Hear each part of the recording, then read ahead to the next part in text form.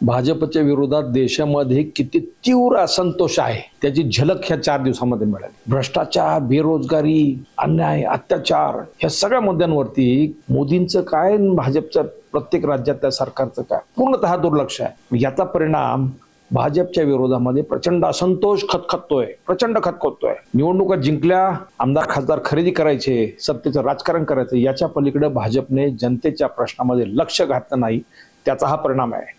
मित्रो, मी यासाठी बोलतोय, अवघ्या 15 मेला एक पार्टी रजिस्टर झाली। त्याचं कारण तसं सर्वोच्च न्यायालयाचे न्यायमूर्ती सूर्यकांत, मुख्य न्यायाधीश, त्यांनी बेरोजगार तरुणांचा झुरळ म्हणून उल्लेख केला। त्याच्यामुळं बेरोजगार इतके संतापले। मूळचा पुणेकर असलेला अभिजित दिपके हा सध्या बोस्टन विद्यापीठामध्ये, त्यांनी सहज म्हणून एक पार्टी रजिस्टर केली, कारण सर्वोच्च न्यायालयाचे न्यायमूर्ती सूर्यकांत यांनी बेरोजगारांना झुरळ म्हटलं होतं, म्हणून इंग्रजीमध्ये कॉकरोच जनता पार्टी या नावाने त्यांनी 15 रजिस्टर केली, 15 मेला रजिस्टर केली। आज आहे 21 तारीख। अवघ्या 4-5 दिवसामध्ये या पार्टीचे 1,30,00,000 फॉलोअर्स झालेत, 4 लाख सदस्य झालेत। Not a joke.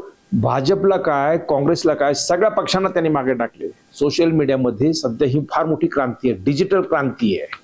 जनतेमध्ये किती असंतोष खतखततोय, तरुणांमध्ये किती असंतोष खतखततोय, त्याचं हे एक प्रतीक आहे। म्हणजे तरुणांमध्ये किती फ्रस्ट्रेशन आहे, मुलांकडे पाहायलाच तयार नाही। नीटचे पेपर फुटले, त्याच्यामध्ये जे दोषी आढळले ते सगळे भाजपचे सदस्य मिळत आहेत। नीटचं सोडा, आज इंजिनिअरिंगचा पण तोच विषय आलेला आहे। अशा प्रकारे बेरोजगार तरुणांना बेरोजगारी हटवण्यासाठी दरवर्षी 2 कोटी रोजगार देणार होते। भाजप सत्तेवर आहे, 12 वर्ष झाली, आतापर्यंत किती लोकांना रोजगार दिला, काही नाही। याच्यावरती चर्चा करून लोक थंकले आणि भाजप सगळ्या राज्यांमध्ये निवडणुका जिंकते, एक हाती सत्ता मिळवते आणि विरोधी पक्ष दुबळा उचलला, प्रादेशिक पक्ष संपत चाललेले, लोकशाही टोटल ती संपुष्टात येते काय, संविधान संपतंय काय, अशी सगळी अराजकाच्या दिशेने वाटचाल सुरू आहे। आणि ह्या पार्श्वभूमीवरती पर्याय समोर लोकांना दिसत नव्हता, पण आता ही कॉकरोच जनता पार्टी जी अपघाताने तयार झालेली आहे, तो लोकांना पर्याय वाटू लागलेला आहे। लक्षात घ्या, फार गंभीर मुद्दा आहे हा। म्हणजे हे सहज म्हणून केलेलं, खेळणं म्हणून केलेला जो विषय होता, तो आता पर्याय म्हणून भाजपला लोक पाहू लागलेले आहेत। अवघ्या 4-5 दिवसामध्ये देशभरामध्ये सोशल मीडिया ढवळून निघालेला आहे। म्हणजे या कॉकरोच जनता पार्टीचा अभिजित दिपके हे कोण आहेत?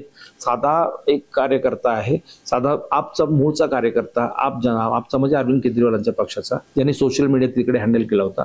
हा पुण्यामध्ये जर्नलिझमचा विद्यार्थी होता, यांनी पुढच्या शिक्षणासाठी म्हणून तो बोस्टनला गेला आणि तिथे त्यांना एक संताप अनावर झाला की आपल्या न्यायालयाचे चीफ जस्टिस असं जो बोलतायत, त्यांनी म्हणून या बेरोजगारांचं एक प्रतीक म्हणून कॉकरोच जनता पार्टी, ज्याला CJP ही काढली, त्यांनी भूमिका सांगितली की देशातील सामान्य मध्यमवर्ग आणि बेरोजगार तरुणांचा प्रस्थापित व्यवस्थेच्या विरुद्धात डिजिटल उठाव, अशा म्हणजे हे फार सिरियसली घ्या। यापूर्वी अण्णा हजारेंची जी चळवळ झाली होती, ती सुद्धा काँग्रेसच्या विरोधामध्ये भाजपने त्याचा फायदा घेतला, भाजप सत्तेवर आले। गेल्या 12 वर्षामध्ये भाजपने काय दिवे लावले ते लोकांनी पाहिले, पण लोकांना समोर पर्याय दिसत नव्हता। पण आता हा अभिजित दिपकेच्या निमित्ताने जी कॉकरोच जनता पार्टी, हा सुद्धा लोकांना पर्याय वाटायला लागलेला। जे प्रस्थापित पक्ष आहेत सगळे भ्रष्ट आहेत आणि ह्या तरुणांना आता वाटायला लागले की नाही, ही कुठेतरी आशेचा किरण निर्माण झालेला आहे, म्हणून लोक त्याचे फॉलोअर्स होतात।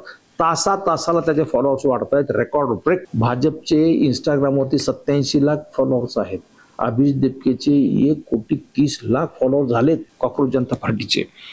त्याचं कारणच तसं आहे की अभिजित दिपकेंनी जी कॉकरोच जनता पार्टी तयार केली, त्यांनी घोषवाक्य एक तयार केलेलं आहे त्या पार्टीचं, धर्मनिरपेक्ष, समाजवादी, लोकशाहीवादी, आळशी बेरोजगारांचा आवाज, हे त्याचं घोषवाक्य आहे। आणि त्यांनी 5 कलमी जो कार्यक्रम जाहीर केला ना, तो फार मार्मिक आहे, तो फार महत्वाचा आहे। तो 5 कलमी कार्यक्रम जो आहे 5 मुद्द्यांचा, तो कार्यक्रम काय? पहिला त्यातला मुद्दा असा आहे, न्यायाधीशांना पदाचा लाभ देणार नाही। म्हणजे न्यायाधीश निवृत्त झाल्यावरती त्याला राज्यसभा सदस्य करायचं, त्याला राज्यपाल करायचं, त्याला एखाद्या समितीवरती बसवायचं, म्हणजे मेहरबानी करायची। हा जो प्रकार भाजपने सुरू केलेला आहे, पूर्वी काँग्रेसने पण केलेला आहे, पण तो आमच्या पक्षाकडून होणार नाही। थोडक्यात त्यांना सांगायचं, राम मंदिराच्या वेळेस ज्यांनी निर्णय दिला ते नंतर राज्यसभेचे सदस्य झाले, 370 कलम हटवलं, ते नंतर राज्यसभेचे सदस्य झाले, राज्यपाल झाले, असं होणार नाही। लोकांच्या मनातला हा भाव आहे, म्हणजे ज्युडिशियरी संदर्भातला असंतोष त्याच्यातून त्यांनी प्रगट केलेला आहे। निवडणूक आयुक्तांवरती कारवाई, जर निवडणूक प्रक्रियेमध्ये कोणतंही वैध मत विनाकारण हटवलं तर मुख्य निवडणूक आयुक्तांवरती थेट UAPA अंतर्गत दहशतवादासारखी कारवाई केली जाईल। हा त्याचा दुसरा मुद्दा आहे। म्हणजे सध्या बंगालच्या निवडणुकीला, पश्चिम बंगालच्या निवडणुकीमध्ये जे 97 लाख मतदार यादीतून बाहेर काढले आणि संपूर्ण देशभर आता चालू आहे मतदार यादीची फेरपडताळणी, त्याच्यामध्ये नाहक काही मतदारांचा हक्क गमावला जातोय. अशा प्रकारे तो गमावला जाऊ नये यासाठी त्यांनी थेट निवडणूक आयुक्त कारवाईचं हे केलंय. पण निवडणूक आयुक्त हे केंद्र सरकारच्या हातातलं खेळणं बनलेलं आहे, बाहुलं बनलेलं आहे. म्हणून हे निवडणूक आयुक्तांवरती टीकात्मक, उपहासात्मक हा एक मुद्दा आहे. महिलांना 50% आरक्षण, सर्व गल्ली ते दिल्ली महिलांना निवडणुकामध्ये 50% आरक्षण, 33% नाही 50% आरक्षण, संसदेत काय विधानसभेत काय, हा त्याचा तिसरा मुद्दा आहे. माध्यमांवरती नियंत्रण, म्हणजे खोट्या आणि पक्षपाती बातम्या पसरवणारे जी माध्यम आहेत त्याच्याविषयी सगळा मीडिया, जो मीडियाचं अदानी अंबानींनी सगळा मीडिया ताब्यात घेतलेला आहे. त्याचा परिणाम ते जे सांगतील तेच होतं. भाजपकडून स्क्रिप्ट लिहून दिलं जातं, त्याप्रमाणे त्या बातमीचा मथळा येतो. इलेक्ट्रॉनिक मीडियामध्ये ज्या चर्चा होतात त्या चर्चा कोणत्या व्हाव्यात, कोणत्या होऊ नयेत या संदर्भात सुद्धा डिक्टेशन दिलं जातं, त्याप्रमाणे सगळं चालतं. हा जो सोशल मीडिया सगळं ताब्यात घेऊन, इलेक्ट्रॉनिक मीडिया ताब्यात घेऊन, प्रिंट मीडिया ताब्यात घेऊन भाजपने जो माध्यमांची खेळ का, फोर्थ इस्टेट ज्याला म्हणतात, तिचा जो पंचनामा केला, त्याच्यावरती अभिजित दीपकेनी कॉक्रोच जनता पार्टीचा अजेंडा असा ठेवला आहे, खोट्या आणि पक्षपाती बातम्या पसरवणाऱ्या तसेच विशिष्ट उद्योगपतींच्या म्हणजे अदानी अंबानींच्या मालकीच्या माध्यम संस्थांचे परवाने आम्ही रद्द करू. गोदी मीडिया अँकर्स जेवढे आहेत त्यांच्या बँक खात्याची तपासणी करणार. थोडक्यामध्ये एक लक्षात घ्या, हे सगळं माध्यमांच्या बाबतीत माध्यमाकडे आहे. पक्षांतरबंदी, आपण पाहिलं पक्षांतरबंदी कायदा करून सुद्धा आमदार खासदारांची सर्रास खरेदी विक्री होते, पक्षांतरबंदी होते. महाराष्ट्रातलं उदाहरण आहे, महाराष्ट्रात शिवसेना ठाकरेंची फुटली, शरद पवारांची राष्ट्रवादी फुटली, 4-4 वर्ष होत आले तरी अजून कोर्टात निकाल लागत नाहीये. अशा प्रकारे आमदार खासदारांची खरेदी विक्री होऊ देणार नाही. जर पक्षांतर झालं तर त्या आमदार असो खासदार असो त्याला 20 वर्ष निवडणूक बंदी आम्ही करू.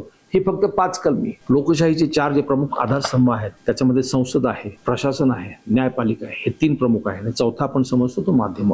ह्या चारही आधारस्तंभ जे आहेत ते सध्या पोकळ झालेत, पोकळ अक्षरशः भाजपने त्याचं खेळणं केलेलं आहे.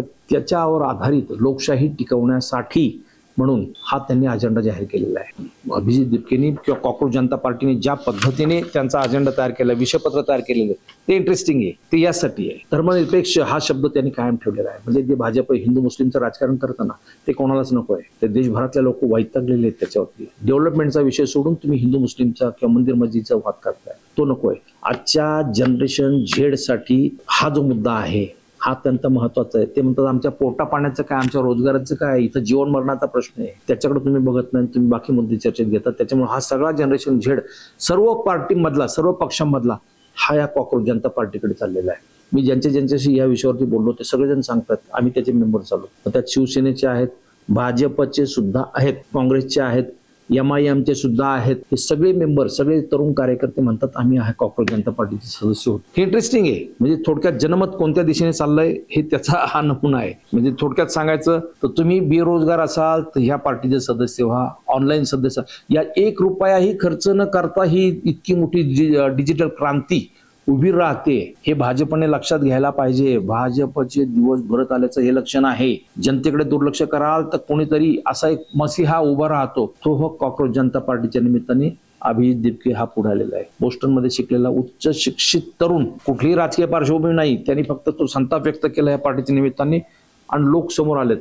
त्याचं म्हणणं आहे झुरळ हे संघर्षाचं प्रतीक आहे म्हणून आम्ही कॉक्रोच जनता पार्टी नाव दिलेलं आहे. आणि CJ chief justice of supreme court त्यांनी जे बेरोजगारांची थट्टा केली झुरळ म्हणून, त्याचा उपहास, त्याला एक शाब्दिक त्याला आपण शाल जोडीतला टोला म्हणून ही पार्टी उपलब्ध झालेली.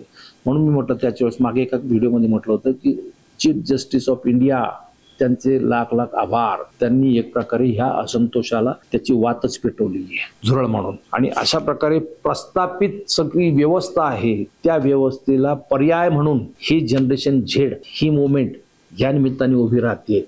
जे श्रीलंकेत घडलं, जे नेपाळमध्ये घडलं, जे बांगलादेशात घडलेलं आहे, नेपाळमध्ये तिथल्या जनरेशन झेडनी संपूर्ण सरकार उलथून टाकलं, जे श्रीलंकेत सुद्धा घडलं, जे पश्चिम बंगालमध्ये घडलं, हे आता भारतात होऊ पाहतंय.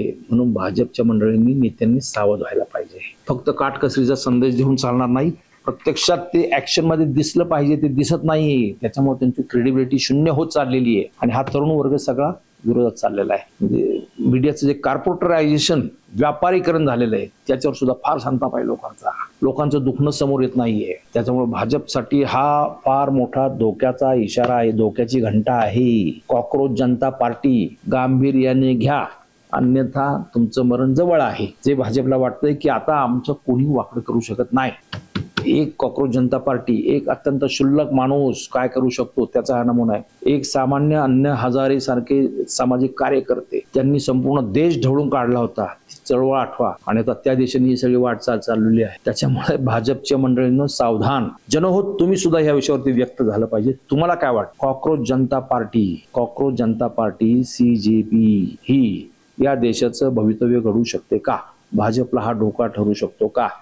हा असंतोष जो प्रगट होतोय त्याचा अर्थ तुम्ही कसा काढणार? तुम्ही जरूर व्यक्त व्हा. धन्यवाद.